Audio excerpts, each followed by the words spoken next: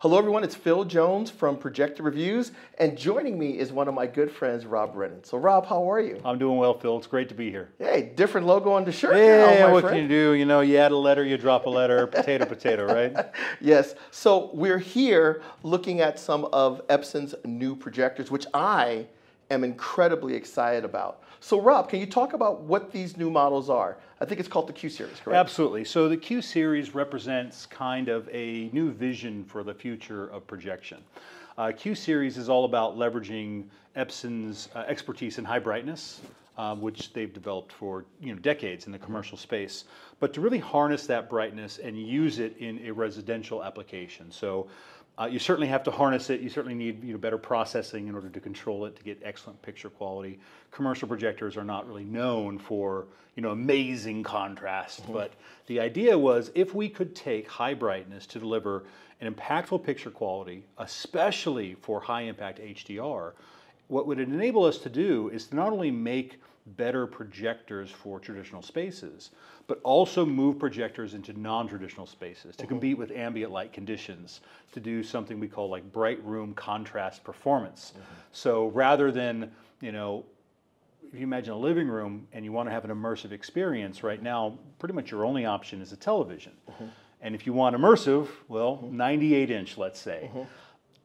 But that's really not that big, all things considered. So the immersion really isn't there. And the downside of television or any video wall technology, unfortunately, is that when you're not watching it, it's still hanging on your wall, right? It takes up this kind of space. Big piece of glass that does nothing. That does nothing, right? And so if we could develop a projection system that could allow itself to be installed in these kinds of locations, not only could we grow the projector business in general for Epson's benefit and for our dealers, but also provide customers and consumers with a unique opportunity to have immersive experiences without the need for having dedicated, like fully dark environments. Yeah, because if you look at Projector Reviews, we've been big fans of Epson for forever, right? The biggest complaint that we've always had with Epson is when it came to consumer models, you didn't go up and high enough. That's right. So you made spectacular projectors at that offered awesome performance at a approachable price point. But there's customers that demanded more, and your professional projector lineups offered that. I mean, there's some spectacular professional pieces, and we're like, wow, if you only made projectors at those higher price points to address those more premium customers. Right. But your approach is different. Most of the time we talk about these projectors, it's about black, black, black, black, black. And that is important, but black is not the end-all, be-all, especially when we come to HDR. Yeah, absolutely. And especially like we talk about, Rob, if the room is not, if you're not in a bat cave with black walls and black ceilings wearing a ninja suit, a lot of times that black level that is measured is not what you're actually going to get in a room anyway. Yeah, that's always the challenge when it comes to any projector system, is that true black level requires not only the projector but the environment to be perfect, and you're not going to have that. The real benefit of HDR, when you really think about it, it's this dynamic range as a vehicle to transmit color information. So rather than clipping white relatively early and you're losing the highlights, you can maintain that color information. But we primarily talk about that in the upward direction as it gets brighter and brighter and brighter, not necessarily darker and darker. Your shadow details are all black. They're all shades of black. There's not a lot of color down there to resolve. I'm not saying shadow detail is important. It obviously is, and certain directors and certainly certain movies and certainly certain scenes require shadow detail to communicate story elements, right? But for more often than not, brightness is much more important to the HDR experience. And again, when it comes to the projector system, what's available largely in the market today is projectors that aren't really all that bright.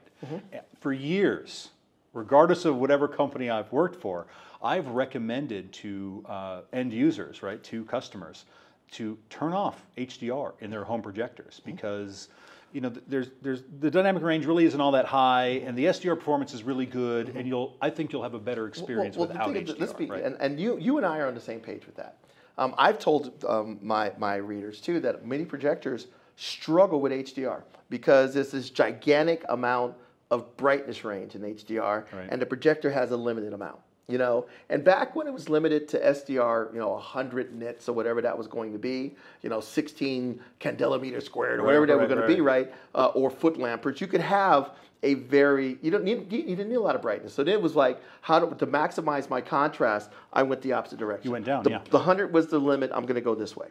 But HDR, this is so much more. So a lot of times, because projectors cannot do that, the SDR performance, like you said, is noticeably better. And if it tried to do it all, it basically, it was an HDR to SDR adapter. Right. Right? So it made your HDR look like SDR. Not only SDR, but flat, lifeless looking SDR. That's right. You got to flatten the picture so much to show everything. So it didn't even look that good. Right. And I will say the very first time that I really started to think about color volume on a projector was when I first started doing reviews for projector reviews after I left the same company you were at. And I was used to those dark room Batcave projectors, and I got a big 16,000 lumen professional Epson. You know, 4K. I mean, it was a WUXGA, one of the ones with 9,000 letters, right? And it had a Pro UHD technology in it. But when I fired that up on my 130-inch screen, it was game changing. It was like, wow, I can use this during the day. The colors were more vibrant.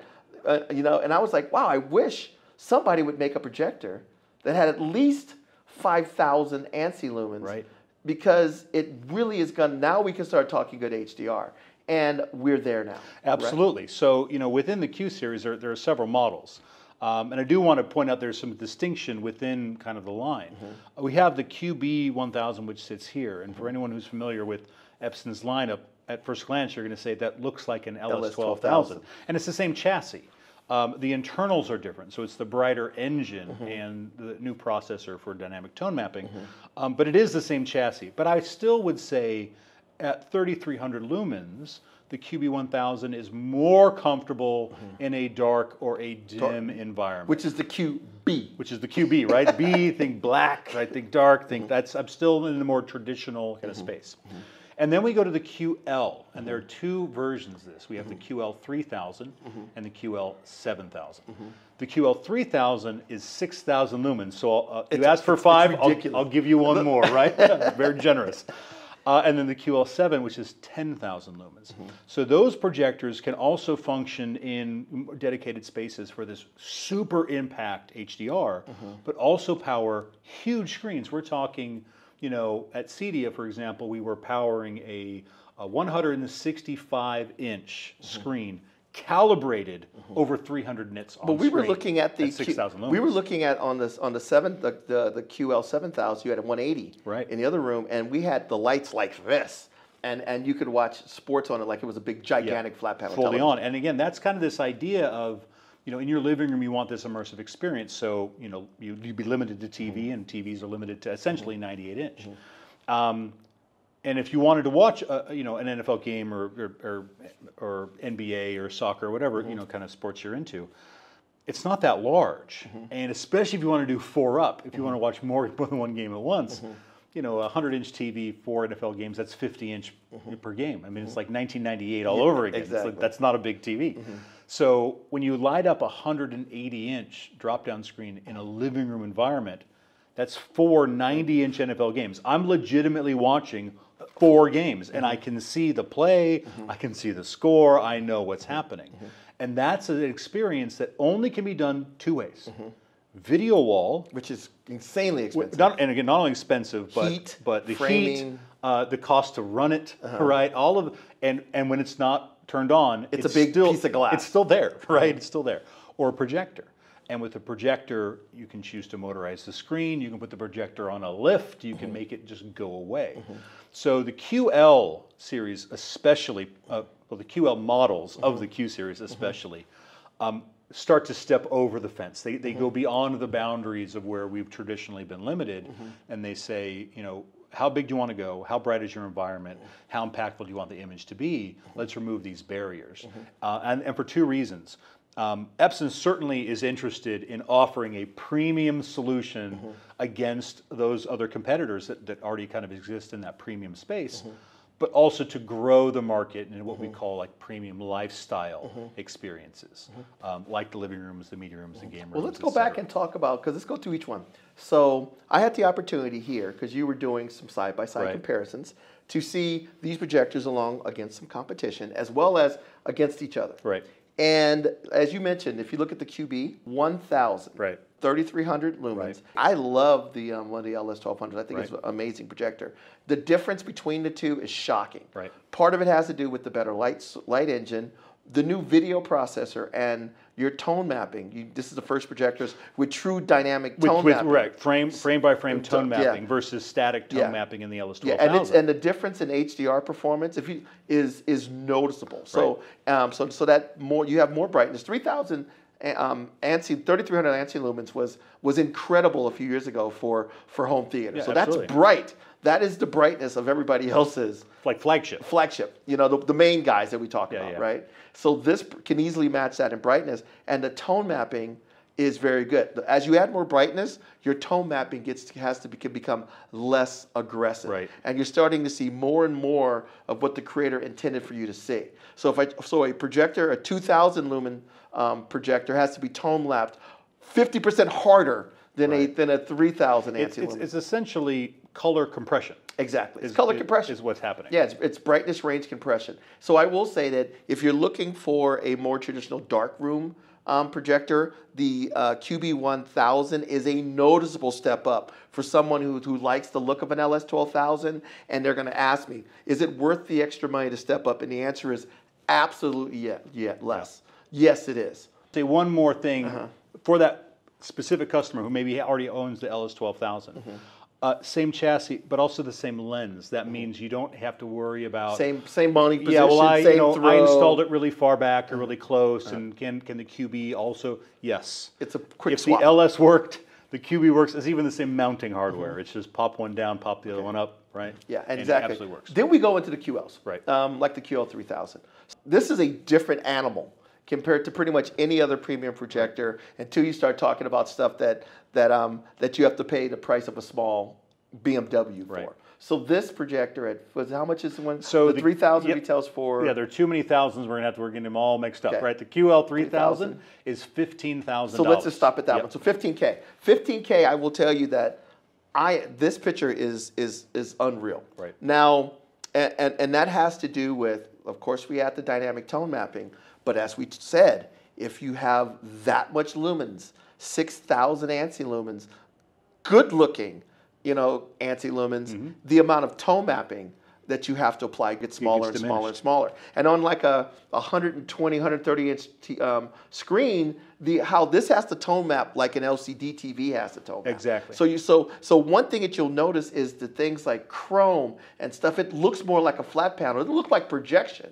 It looks like a flat panel. So when you combine better tone mapping, a very good selection, because even if you dynamically tone map, it's what kind of curve you're applying. Right. So, but guess what? If I'm dynamically tone mapping 6,000 ANSI lumens, I can apply a totally different tone mapping curve. Much more gentle. Much more gentle, which gets much closer to what the creator intended when it comes to color volume, shadow detail, on-screen, average frame level, everything. So amazing. The next thing is interchangeable lenses. Yeah, and I think this is also a huge game changer, because typically at this price point, interchangeable lenses are not in the mix typically.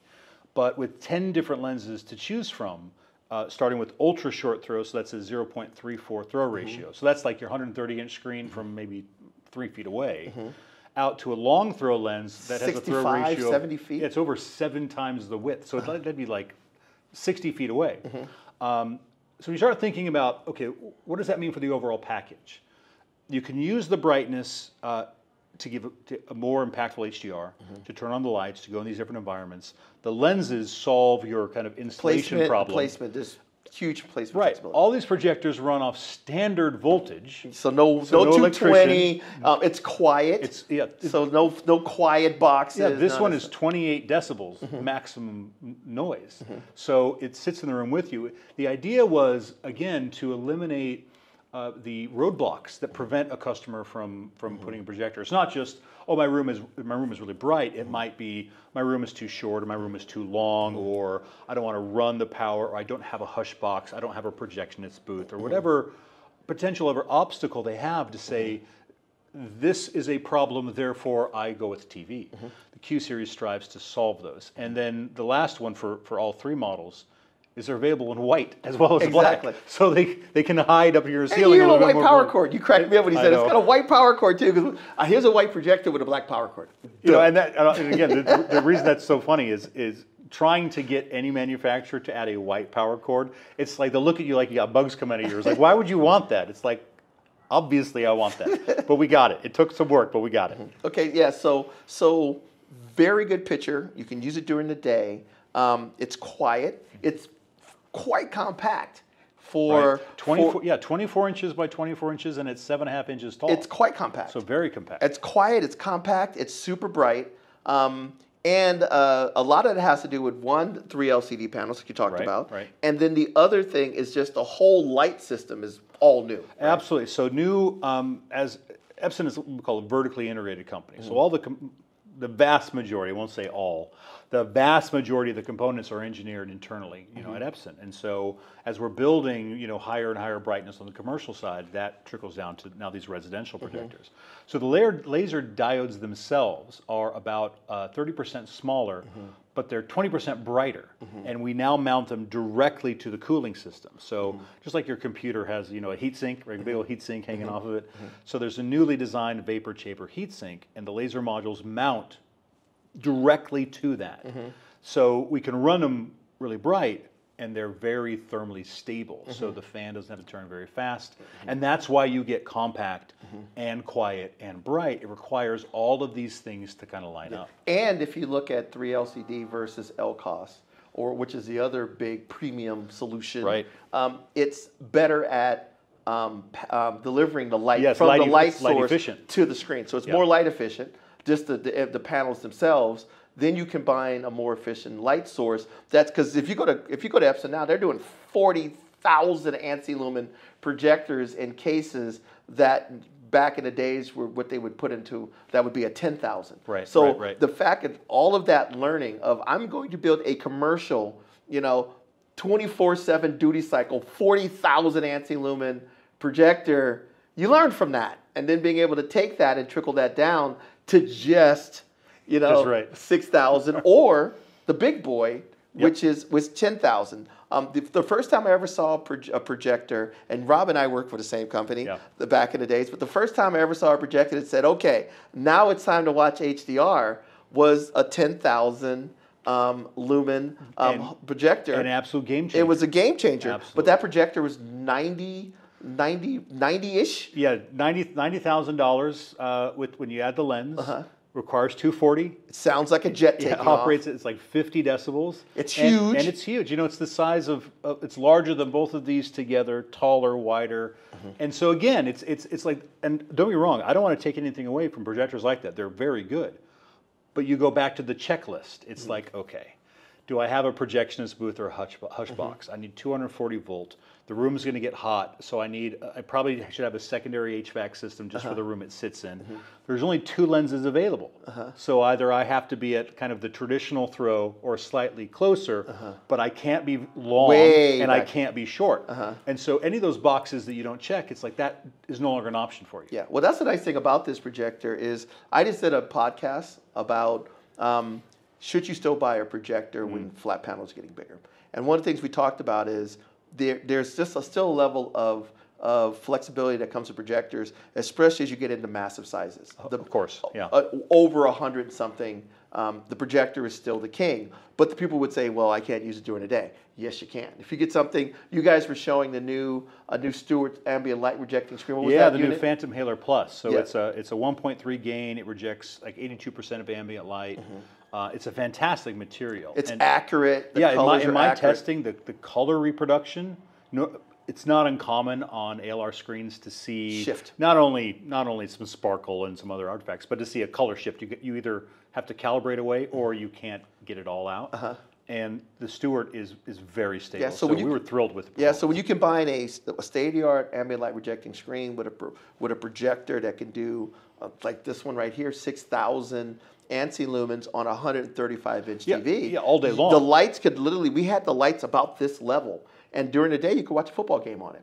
And then you could set a maybe a night mode SDR or whatever, where HDR you want it all, but night mode SDR you could have it so when you're watching, Monday night football, you go to night mode SDR and it'll cut the lamp power down, and the thing gets even quieter. And not only quieter, but you pick up, it's like more than 20,000 hours. Exactly. It's like now you're at 20,002. But you get those benefits. And for me, there's one thing that we don't talk a lot. Maybe you do talk a lot about this, but for me, there's something else. When I first saw a projector, I don't know if I ever told this story. I'll give you the shorter version. When I first was asked to kind of support projection at that other company, right? I didn't know anything about projectors. But they sent me a projector. I put it on my dining room table, like you do, and I projected onto the beige-colored textured wall, throw distance of like 4 feet. So it was like a 40-inch image. I was blown away. It was really the first time that I, in my home, had looked at a reflected image versus a TV which is just shooting it right at your face. For me, there's this subtlety. I want to use the word softness, but it's not that there's a lack of detail, but there's this realism. It's more forgiving with film grain. The movies were shot to be designed that way. Yeah. But I prefer it to. I have what I consider to be the best OLED you can buy in my bedroom, and the best mini LED you can buy in my living room. And I will go into my theater room and I will watch YouTube videos. It's like I love a projector. I'm a projection guy. I think it's the best image you can get. My company's projecting reviews, so I'm all about it too. So the one last thing you want to talk about, and all the reason why I think these projectors, the QL is so revolutionary when you have a chance to see them. And a lot of times you don't understand what's the difference until you see them side by side. Right. Because if I just put in a great premium projector and that's all you've experienced, it'll look good. It'll look really, really good. Right. I have reviewed some spectacular premium projectors that their main thing is contrast to black level and good tone mapping. Right. But when you see that that side by side versus this, the difference is shocking. Well, and that has to do with visual contrast. So let's talk a little bit about visual contrast, and that's kind of the reason why this whole thing works about being able to utilize it day or night, being able to and making HDR better. It's that extra brightness gives you better visual contrast regardless of your lighting conditions. So how would you define visual contrast? Yeah, it's a great question. I think it's important to keep in mind that human beings, we have a dynamic contrast system built into our biology, our irises, right? So they open and close. And that is problematic for video reproduction. Because if you are trying to go just down and say, okay, well, I want to go more black level, more black level, more black level, the environment has to be dark enough that your pupils can dilate, right? But if all of a sudden there's a bright highlight on the screen, your pupils will react, and your irises will shrink, and you can't see the black level anymore. So really the only way to kind of maximize what your biology can do is to go up, is to basically say, well, starting from whatever my brightest highlight is, your eyes are going to react to that. Everything down to a certain point is what you can see. And I don't have to worry about the bright ruining the dark, if that makes sense. So the idea is, and that's why bright HDR is more visually impactful than dark HDR. Yeah. So because dark HDR isn't the full range that I can see. Yeah. It's beautiful, but I can see more than a dark scene allows. A bright scene allows my biology to see everything possible for my biology. So let's talk about this too.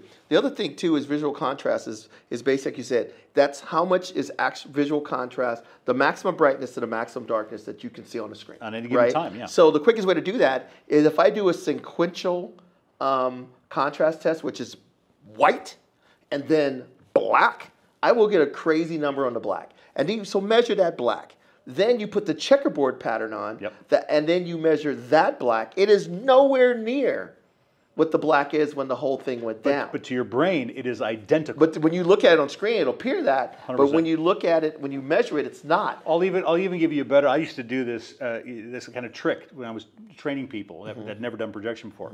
I'd put the checkerboard pattern on the screen. I'd take a white piece of paper, and I'd put it up to someone and say, what color is that? You say, it's white. That's right, it's white paper.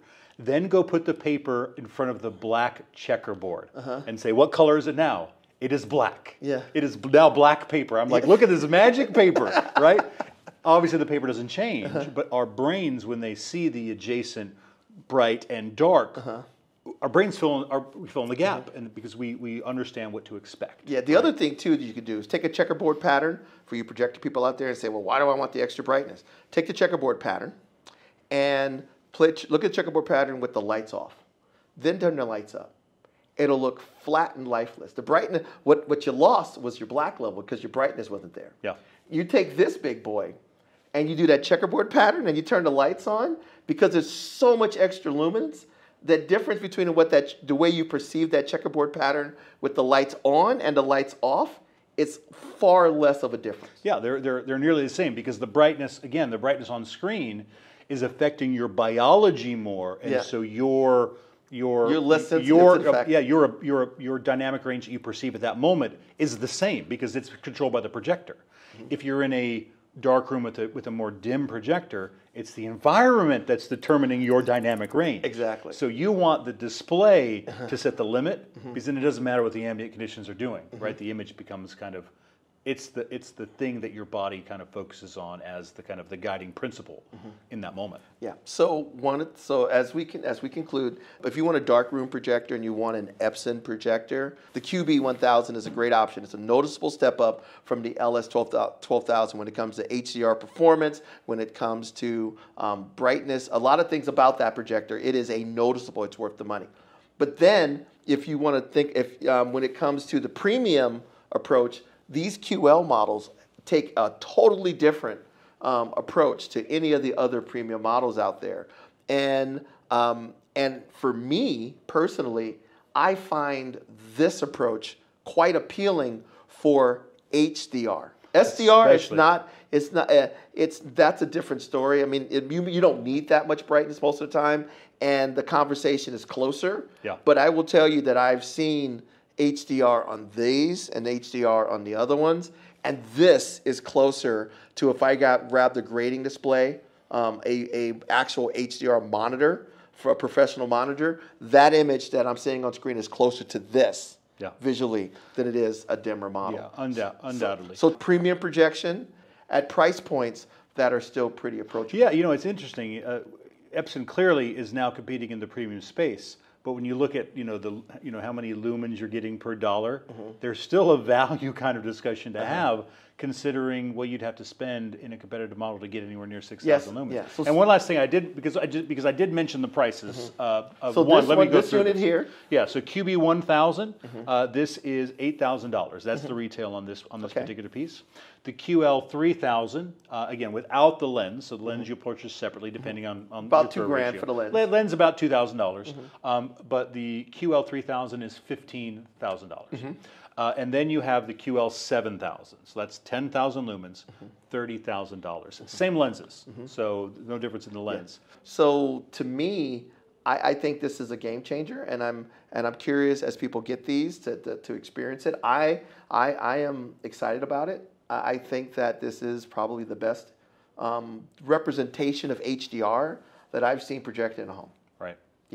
I feel the same, and for this price, I mean, I could. Oh, talk, yeah. I mean, if you want to buy something the size of a small refrigerator that you got to run a garden hose with the power to. Yeah, we can go down that. No problem. Yeah, those are really good. But all. I'm talking about something I can effectively hang in the room with me. This is probably the best representation of HDR that I have seen. Well, ultimately, I'll end with this. And I came and joined Epson because of the Q series. Because when I learned what was happening, as being such a projector, fan myself, and I love projection, not only for me personally, but I love showing it to customers for the first time and getting their reaction. the fact that Q series, I think, is the future of how you grow projector and how you keep it relevant as TVs get bigger and as prices for video will inevitably will come down. They'll still be up there, but they'll come down. Q series for me is the path forward for projection. High performance HDR, relevance in a bright world, relevance in a like a multi-purpose world. This enables me to continue to share projection with everybody. Oh, yeah. So I'm thrilled to be part of Epson and talk about the Q series. 180 inches on a QL7000 will give you size envy. It's nuts. Size envy. So Rob, if I want to learn more about these projectors, where should I go? Yeah, so on Epson.com, you can read more about the projectors themselves. We do not sell these directly. They're sold through our dealer network, but you can, through our website, you can find a authorized dealer where you can go in and make these purchases. Hopefully, they've just started shipping as several weeks ago. This actually, the QB1000 started shipping essentially the week of CEDIA, and the QL model started shipping 2 weeks ago. So some of the dealers are just now getting their hands on demo units.